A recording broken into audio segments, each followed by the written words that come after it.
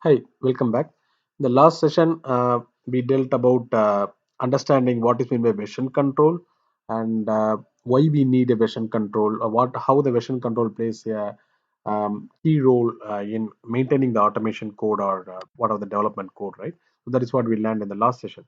Now, in this session, we are going to see about what is meant by local repository, what is meant by server repository, and what are the tools involved in it, and how to create the local repository and server repository. That is what we are going to see in this session. Now, okay, so what is the tool which we are going to see in this series of sessions, right? So the tool which we are going to see is Git. We will say it as Git. So there are many tools available in the market, and Git is one of the very famous tool which has been widely used across many companies and many organizations. Why? Means there are many tools like Git. Tata is SVN is one of the sub. They used to say as Tata is Subversion, right? There are many tools available in the market, but Git, in my opinion, I worked in various tools as well. But in my opinion, I will say as Git is very much easier to handle than compared to Tata's Subversion because uh, Git is like a web architecture where you can maintain a web, whereas Tata is SVN and a standalone application, whereas a Git is a web application. So Git is pretty much easier to handle, and Git is that is why the Git is mainly used by many organizations, right? So we are going to deal about Git in whatever the sessions we are going to see. Git is the widely used tool. That is what we are going to learn in this. Okay, so in order to get the server repository, we need to have a server, right? Say some companies are maintaining the server. We are going to depend upon them. There are many servers available, right? So what are the servers available is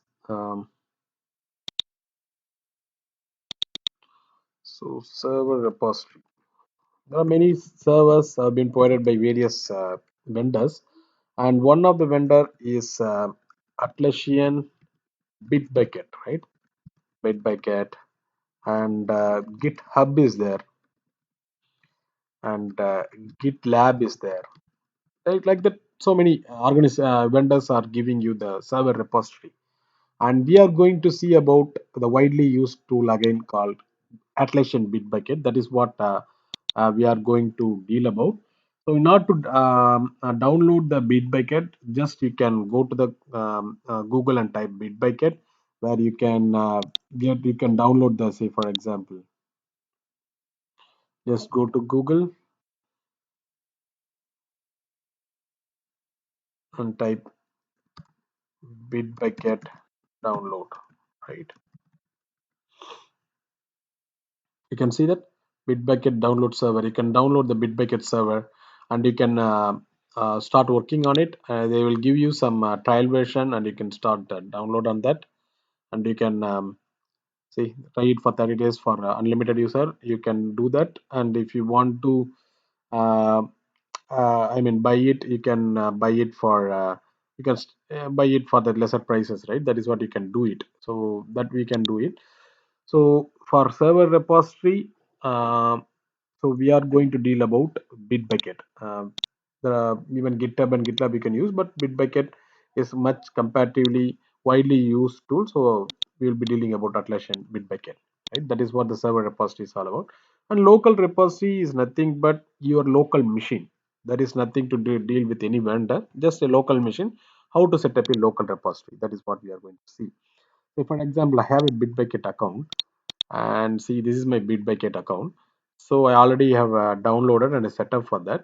So what you can do is how to create a server repository. That is what I'm going to show here.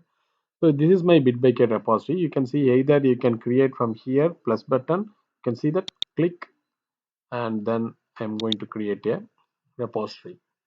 And I'm going to, my owner is Kalyan Kumar, and repository is Git. I am going to say as Git sessions, right? So this is my repository name. I can say even git underscore session. This is my repository name, and access level is private. If you want to make it as private, public also you can make it, but I'm giving as a private. So just I'm creating a repository. Just click on that. Boom. The server repository has been created. You can see that Git sessions is my server repository, and this is my repository. There is no files in this, right? So what I'm going to do now, it's a time to create out of these two. We have created a server repository. Now, how to create a local repository based upon the initial, server repository, right? I have to pull the server repository to my local. How can I do that? That is what we are going to see now. Now, let me create a one folder, some folder I have created as Git, something like that. Now, in this folder, I am going to create a local repository, and I'm going to clone the server repository. You can see that the command itself they have given git clone, right? Just what I have to do is just copy this and just go to this um, git folder. First of all, you have to download the git as well. So in your machine, similar like Bitbucket, you have to download the git as well. So what you can do is just download, just go to Google, download git, right? Either if you want to for Windows you can do, for Mac you can do. So just since this is a Windows laptop, just download Windows. Downloading the package, you can see that 32-bit or 64-bit, whatever the setup, you can download it. And then once you download it, you are able to uh, do the git operations, right? Since I'm already downloaded, so it's I'm using it. So just what you can do is you can open either a terminal, or even once you download the git, you can see that git bash also will be available. Just it's like a terminal as well, git bash. Just open it. Now I am in the C. Now what I'm going to do is I am going to clone a repository here. So this command is git clone space. So whatever the command that you have copied over there, just paste here. Okay, so it's giving the git clone itself. So no need for git clone again. So sorry. Let me delete all. Just I'm pasting this. Oops. Let me open the git bash.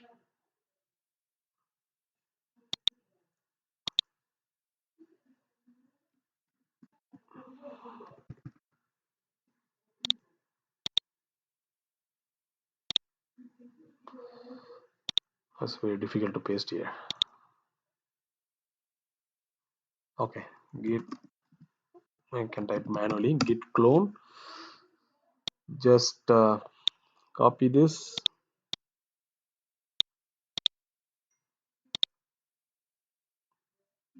go to the bash, you can type yes, just hit enter. That's it. So it will start clone the repo in your local. Yeah, so you have appeared to clone an empty repository, because this repository doesn't contain any files at all. So that is what it is called, empty repository.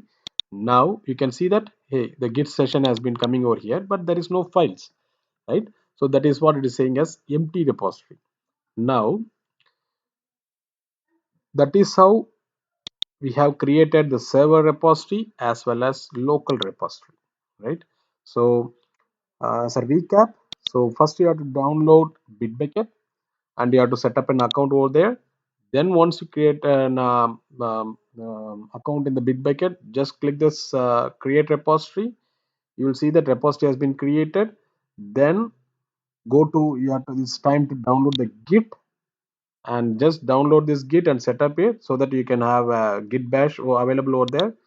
Then go to this any folder, just create any folder or any path you want to have this repository to be cloned. Just clone it and just start using it. Just give the command as git clone, git space clone. This is a command you have to remember, git space clone, then that repository path. That's it. It will start cloning it, and you would have seen that the repository has been cloned over here, right? In the next session, we will be dealing about how to set up, how to initialize the local repository. That is what we are going to see in the next session. We are going to deal in detail about how to set up a local repository and what is the internal architecture of local repository. That is what we are going to see in the next session. Watch out for that. Thank you. Bye.